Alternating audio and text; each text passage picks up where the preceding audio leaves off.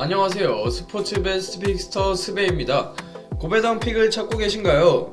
3월 5일 챔스와 NBA 조합픽 결과입니다. 확실한 조합픽 및 주력픽을 원하시는 분들은 스베.com 링크 또는 제 채널 소개란 링크 통하여 단체 카카오톡방에 참여하세요. 매일 신뢰도 높은 분석과 픽을 무료로 제공해드립니다. 현재 단체 카카오톡방 입장 시 햄버거 기프티콘 등 다양한 경품 증정 중이니 많은 참여 부탁드립니다.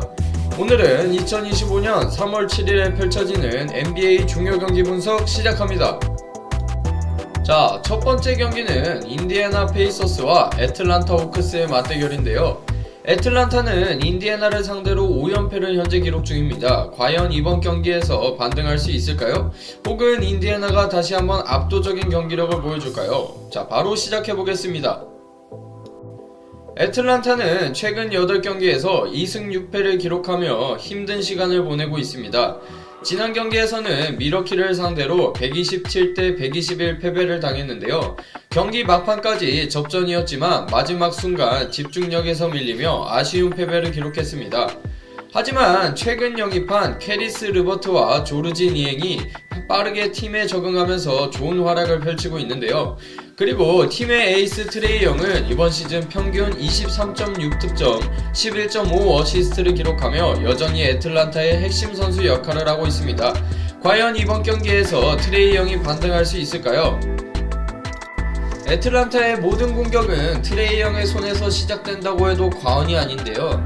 그는 경기당 23.6득점과 11.5 어시스트를 기록하며 리그 최고의 플레이메이커 중 한 명으로 활약하고 있습니다.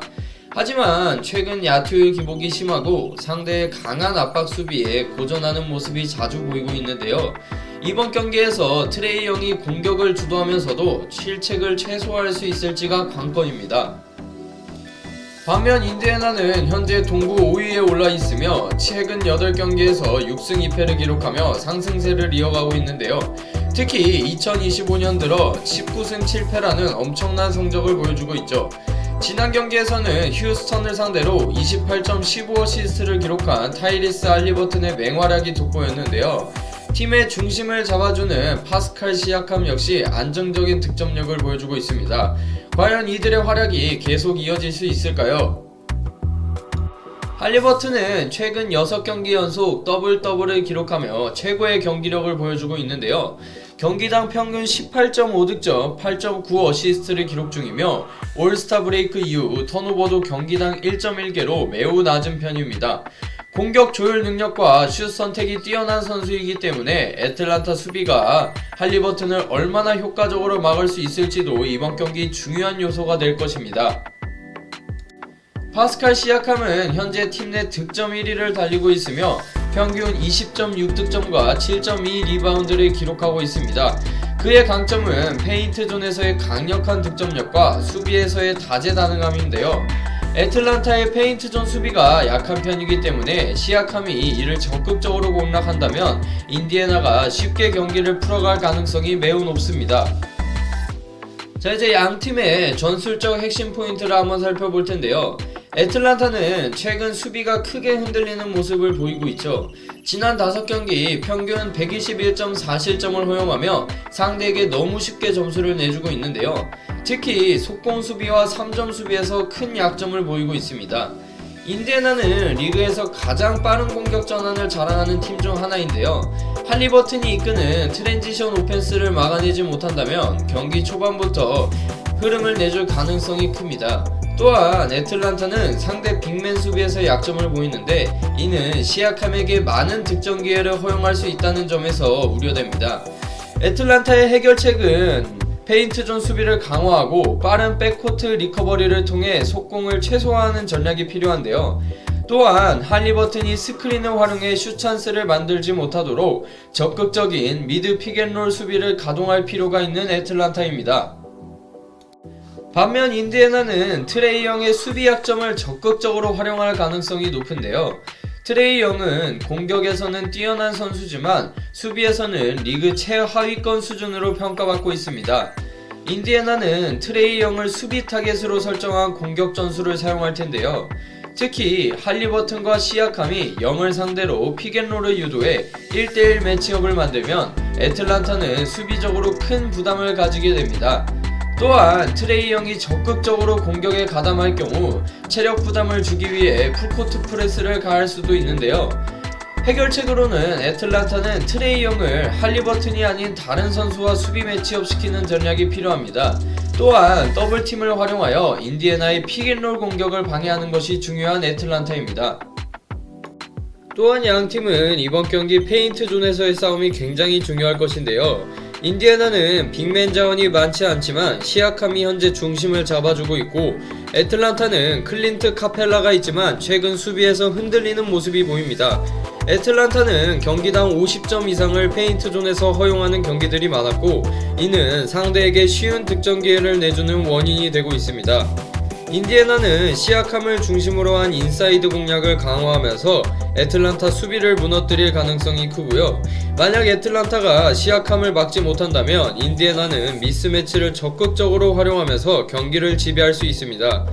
애틀란타는 시아캄에게 더블팀을 가하거나 적극적인 로테이션 수비를 통해 득점 기회를 줄여야 하는데요. 특히 빅맨들의 파울 관리가 중요하며, 만약 카펠라가 파울 트러블에 걸리면 애틀란타는 더욱 고전할 가능성이 높습니다. 이번 경기에서 또 하나의 중요한 요소는 3점 슛 싸움인데요. 인디애나는 리그에서 가장 높은 3점 성공률을 기록하고 있으며 애틀란타보다 외곽에서 훨씬 위협적인 팀입니다. 애틀란타는 상대의 3점 슛을 막는 데 현재 어려움을 겪고 있으며 최근 5경기에서 평균 13개 이상의 3점 슛을 허용하고 있습니다. 반면 인디애나는 팀 전체적으로 3점 슛을 골고루 활용하는 팀이며 할리버튼과 니스미스 같은 선수들이 높은 성공률을 보여주고 있습니다. 만약 애틀란타가 외곽에서 공간을 너무 쉽게 내어주게 된다면 인디애나가 3점포를 앞세워 경기 초반부터 주도권을 잡을 가능성이 매우 높습니다. 애틀란타는 수비 로테이션을 빠르게 가져가면서 코너 3점 슛을 막는 것이 해결책이 될 텐데요. 또한 할리버튼이 자유롭게 패스를 뿌리지 못하도록 압박을 강화할 필요가 있습니다. 자, 그리고 마지막으로 양팀의 맞대결 전적도 한번 살펴볼 텐데요. 인디애나는 현재 애틀란타를 상대로 5연승 중입니다. 지난 시즌 4경기에서는 평균 24.8점 차이로 압도적인 승리를 거뒀는데요. 애틀란타가 인디애나를 마지막으로 이긴 것은 2023년 3월 25일이었습니다. 약 2년 전이죠. 이 데이터를 보게 된다면 인디애나가 애틀란타를 상대로 확실한 우위를 점하고 있는 것을 알 수 있는데요. 과연 이번에도 이 흐름이 이어질까요? 애틀란타는 홈에서 반전을 노리겠지만 인디애나의 최근 경기력과 맞대결 전적을 고려한다면 쉽지 않은 싸움이 될 것으로 보입니다. 특히 할리버튼과 시아캄이 정상 컨디션이라면 인디애나의 우세가 예상되기 때문에 이번 경기 저 스배는 인디애나의 마인을 예상합니다. 고배당 주력픽을 원하시는 분들은 스베.com 링크 또는 제 채널 소개란 링크 통하여 단체 카카오톡방에 참여하세요. 매일 신뢰도 높은 분석과 픽을 무료로 제공해드립니다. 현재 단체 카카오톡방 입장 시 햄버거 기프티콘 등 다양한 경품 증정 중이니 많은 참여 부탁드립니다. 놓치지 마세요. 자, 그럼 두 번째 경기 시작해볼 텐데요. 두 번째 경기는 지미 버틀러 합류 후 완전히 달라진 골든스테이트와 수비 붕괴로 연패에 빠진 브루클린의 맞대결입니다. 과연 이번 경기에서 승자는 누가 될까요? 지금부터 자세히 한번 분석해보겠습니다. 골든스테이트는 지미 버틀러를 영입한 이후 확실히 달라진 모습을 보여주고 있는데요. 버틀러가 합류한 이후 9승 1패라는 엄청난 성적을 기록하고 있고, 특히 최근 7경기 중 6경기에서 110점 이하의 실점을 기록하면서 수비가 확연히 개선된 모습인데요.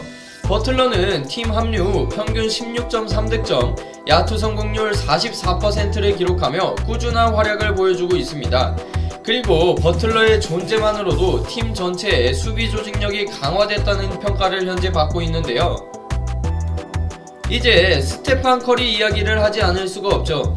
커리는 최근 10경기 중 9경기에서 20득점 이상을 기록하며 여전히 최고의 슈터임을 증명하고 있는데요. 특히 올랜도 매직을 상대로는 무려 56득점을 폭발시키면서 슈퍼스타다운 면모를 보여줬습니다.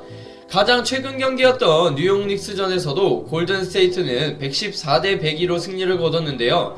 경기 초반에 약간의 어려움이 있었지만 후반전에 커리와 버틀러의 활약하며 완벽한 반전을 만들어냈죠. 커리는 후반전에만 20점을 몰아쳤고 버틀러도 13점을 추가하며 승리를 이끌었습니다. 자, 양팀의 주요 선수 한번 살펴볼 텐데요. 먼저 스테판 커리, 그는 여전히 리그 최고의 슈터입니다. 최근 10경기 중 9경기에서 20득점 이상을 기록하고 3점슛 성공률도 42.5%로 여전히 위협적이죠. 특히 브루클린처럼 수비 로테이션이 느린 팀을 상대로는 더더욱 치명적인 무기가 될 커리입니다. 자, 그리고 지미 버틀러는 골든스테이트의 새로운 핵심 선수로 자리 잡았는데요. 특히 후반전 집중력이 뛰어나 경기 후반에 상대팀을 압박하는 능력이 탁월한 선수입니다. 그의 합류 이후 골든스테이트는 평균 실점이 110점 이하로 낮아졌고 수비적인 면에서도 엄청난 안정감을 보여주고 있습니다. 반면 브루클린 네츠는 상황이 매우 심각한데요. 현재 5연패에 빠져있고 수비가 완전히 붕괴된 모습이죠. 최근 5경기 동안 평균 119.8점을 실점하며 상대 팀들에게 너무 쉽게 득점을 허용하고 있습니다. 게다가 상대 팀들의 야투 성공률이 무려 54.1%에 이를 정도로 수비 조직력이 무너진 브루클린입니다. 가장 최근 경기였던 샌안토니오전에서도 브루클린은 127대 113으로 패배했는데요. 이 경기에서 샌안토니오는 18개의 3점슛을 성공시켰고 페인트존에서도 62점을 내주면서 브루클린 수비가 얼마나 취약한지를 보여준 경기였습니다. 브루클린이 올 시즌 상대팀 야투 성공률이 50%를 넘게 되면 1승 24패를 기록하고 있는데요. 이 통계만 보게 돼도 브루클린이 얼마나 수비적으로 고전하고 있는지 알 수 있습니다. 다만 브루클린에게 한 가지 희망이 있다면 바로 캠 토마스와 디안젤로 러셀의 복귀인데요. 캠 토마스는 부상에서 복귀한 후 두 번째 경기에서 24득점을 기록하며 팀 공격을 이끌었고 디안젤로 러셀도 복귀 후 첫 경기에서 12득점을 기록했습니다. 하지만 아직 두 선수 모두 100%의 컨디션을 되찾지는 못한 모습이었죠. 브루클린의 캠 토마스는 부상 복귀 후 24득점을 기록하며 여전히 강력한 득점력을 보여줬는데요. 하지만 현재 경기 감각이 완전히 돌아오지 않은 상태라 얼마나 빠르게 적응하느냐가 브루클린에겐 중요 요소로 다가올 수 있겠습니다. 자, 그리고 디안젤로 러셀, 그는 경기 조율 능력이 뛰어난 선수이지만 복귀 후 첫 경기에서는 12득점으로 다소 부진한 모습을 보였는데요. 브루클린이 골든스테이트를 상대로 승리하기 위해서는 러셀과 토마스가 더욱 적극적으로 공격을 시도해야 할 것입니다. 자, 이제 양팀의 전술적 핵심 포인트 한번 살펴볼 텐데요. 골든스테이트는 이번 경기에서 빠른 트랜지션과 3점 슛을 적극적으로 활용할 가능성이 높습니다. 브루클린의 수비 로테이션이 느리기 때문에 속공에서 쉽게 득점을 올릴 수 있는 기회가 많을 텐데요. 특히 스테판 커리는 속공 상황에서 스페이싱을 잘 활용하는 선수이기 때문에 브루클린이 조금이라도 헐거운 수비를 보인다면 치명적인 3점 슛을 허용할 가능성이 높습니다. 또한 커리와 지미 버틀러의 투맨 게임이 중요한 포인트가 될 것일 텐데요. 버틀러는 미드레인지와 골밑에서 안정적인 공격력을 갖춘 선수이기 때문에 커리와의 핸드오프 플레이나 픽앤롤을 활용하면 브루클린의 수비를 쉽게 무너뜨릴 수 있습니다. 브루클린의 수비 조직력이 약한 만큼 커리와 버틀러가 어떻게 콤비 플레이를 펼치느냐가 관건입니다. 그리고 드레이먼드 그린의 플레이메이킹 역할도 중요한데요. 골든스테이트는 그의 패스를 활용한 커팅 플레이도 강력한 무기이죠. 브루클린이 외곽 수비에 집중하는 사이 그린이 백도어 패스를 통해 쉬운 득점을 만들어낼 가능성이 높은 골든스테이트입니다. 반면 브루클린은 페인트 존을 적극적으로 공략해야 할 텐데요. 골든스테이트가 속공과 외곽 수비는 강하지만 인사이드 수비는 상대적으로 약한 편입니다. 루니와 그린이 인사이드에서 버티고 있지만 두 선수 모두 개인적인 높이는 다소 부족하기 때문에 브루클린이 적극적으로 골밑을 파고들게 된다면 효과를 볼 가능성도 있습니다. 특히 러셀과 캠 토마스의 콤비 플레이가 이번 경기의 키포인트가 될 것인데요. 러셀은 훌륭한 패싱 센스를 갖춘 가드이고 캠 토마스는 돌파와 미드레인지 공격력이 뛰어난 선수이기 때문에 이들이 핸들러 역할을 번갈아가며 페인트존을 공략하게 된다면 골든스테이트의 수비를 무너뜨릴 수 있습니다. 또한 브루클린은 세컨 찬스 득점을 노려야 하는데요. 골든스테이트는 리바운드 싸움에서 강한 팀이 아니기 때문에 브루클린이 공격 리바운드를 잡고 두 번째 공격 기회를 살린다면 승산이 있습니다. 골든스테이트는 속공 전개를 위해 수비 리바운드를 잡고 빠르게 전진하는 경향이 있기 때문에 브루클린이 박스아웃을 무너뜨리고 공격 리바운드를 장악하는 것 또한 이번 경기의 핵심 포인트입니다. 골든스테이트는 지미 버틀러 합류 후 9승 1패, 탄탄한 수비력과 커리의 폭발적인 득점력을 앞세워 상승세입니다. 반면 브루클린은 현재 5연패, 최근 5경기 평균 119.8점 실점으로 수비가 붕괴된 상태죠. 브루클린이 페인트존 공략과 러셀 토마스 콤비를 활용한다면 반격 가능성도 있겠지만 골든스테이트의 외곽 화력과 수비 조직력 차이를 극복하기 어려워 보이기 때문에 이번 경기 저 스베는 골든스테이트의 마엔을 예상합니다. 고배당 주력픽을 원하시는 분들은 스베.com 링크 또는 제 채널 소개란 링크 통하여 단체 카카오톡방에 참여하세요. 매일 신뢰도 높은 분석과 픽을 무료로 제공해드립니다. 현재 단체 카카오톡방 입장 시 햄버거, 기프티콘 등 다양한 경품 증정 중이니 많은 참여 부탁드립니다. 놓치지 마세요. 자, 여러분, 이제 마지막 경기 분석 들어가 볼 텐데요. 루카 돈치치 영입 이후 더 강해진 LA 레이커스와 부상에서 돌아온 칼 앤서니 타운스가 뉴욕 닉스를 구할 수 있을지 분석 한번 시작해 보겠습니다. 레이커스는 루카 돈치치를 영입한 이후 완전히 다른 팀이 되었는데요. 돈치치가 데뷔한 2월 10일 이후 10경기에서 8승 2패를 기록하며 서부 컨퍼런스에서 강력한 경쟁자로 떠올랐습니다. 특히 돈치치는 합류 이후 평균 28.5득점, 9.2 어시스트를 기록하며 르브론과 환상적인 시너지를 보여주고 있는데요. 그의 볼 핸들링과 게임 조율 능력 덕분에 르브론은 득점에 집중할 수 있는 환경을 갖추게 되었고 이는 레이커스의 경기력 향상으로 이어졌죠. 레이커스의 가장 최근 경기였던 뉴올리언스전에서도 돈치치는 30득점 15어시스트를 기록하며 팀을 136대 115 승리로 이끌었습니다. 이 경기에서 르브론 역시 34득점을 올리며 건재함을 과시했죠. 양팀의 주요 선수를 한번 살펴볼 텐데요. 레이커스의 핵심은 당연히 돈치치와 르브론입니다. 돈치치는 경기당 28.5득점, 9.2 어시스트를 기록하며 완벽한 게임 메이커 역할을 수행하고 있고 르브론은 25.6득점, 7.8 어시스트를 기록하며 변함없는 영향력을 발휘하고 있습니다. 특히 돈치치는 포스트업과 돌파를 통해 상대 수비를 붕괴시키는 능력이 탁월한데요. 닉스의 수비가 강하지만 돈치치의 다재다능한 공격 패턴을 막기는 쉽지 않을 것입니다. 반면 뉴욕 닉스는 최근 10경기에서 6승 4패로 꾸준한 모습을 보였지만 가장 최근 경기에서 골든스테이트에게 102대 114로 패배하며 주춤했는데요. 이 경기에서 아누노비는 29득점을 기록하며 분전했지만 팀의 핵심 조력자인 조시 하트는 야투 8개 중 1개만 성공시키며 부진했습니다. 하지만 닉스에게 이번 경기 좋은 소식이 있는데요.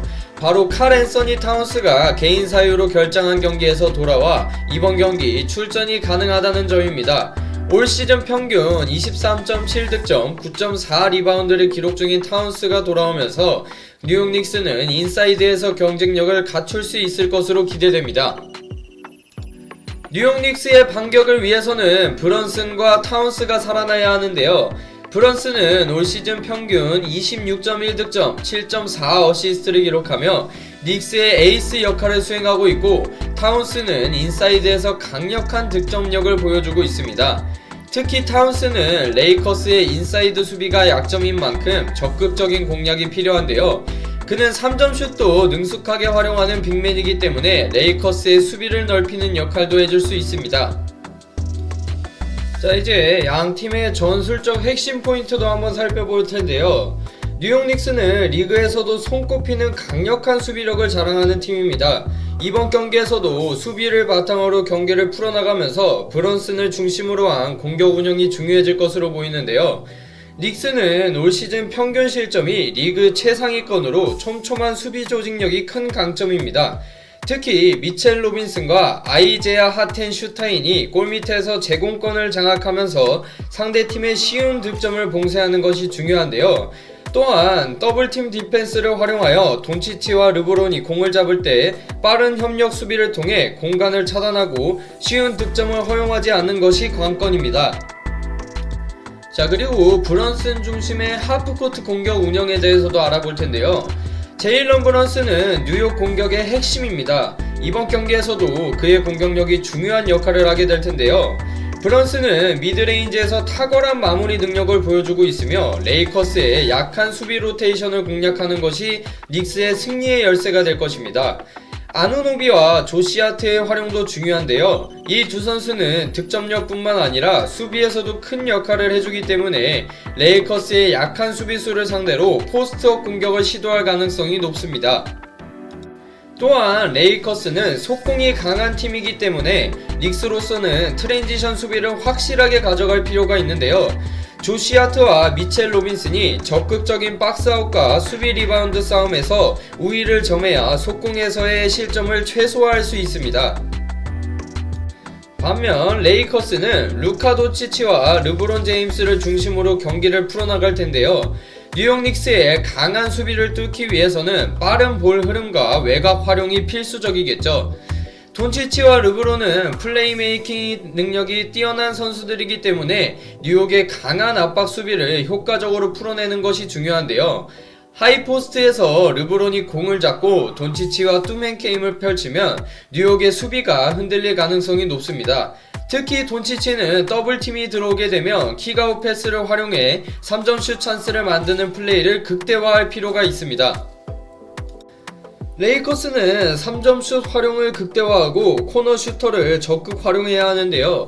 레이커스가 뉴욕을 상대로 승리를 가져가기 위해서는 3점슛 성공률을 높이는 것이 필수적입니다. 돈치치와 르브론의 패스를 활용하여 외곽의 슈터에게 찬스를 만들어주는 것이 매우 중요하고요. 특히 코너 3점슛을 적극적으로 활용하여 닉스의 촘촘한 수비를 무너뜨려야 합니다. 또한 레이커스는 경기 템포를 올려 속공을 적극적으로 시도해야 하는데요. 뉴욕 닉스는 하프코트 수비에서는 강하지만 트랜지션 수비에서는 다소 허점을 보이는 경우가 많기 때문에 이를 적극적으로 공략할 필요가 있는 레이커스입니다. 돈치치와 하치무라가 공격 리바운드에서 적극적인 움직임을 보인다면 세컨드 찬스 포인트를 통해 뉴욕의 수비를 흔들 수 있는 레이커스입니다.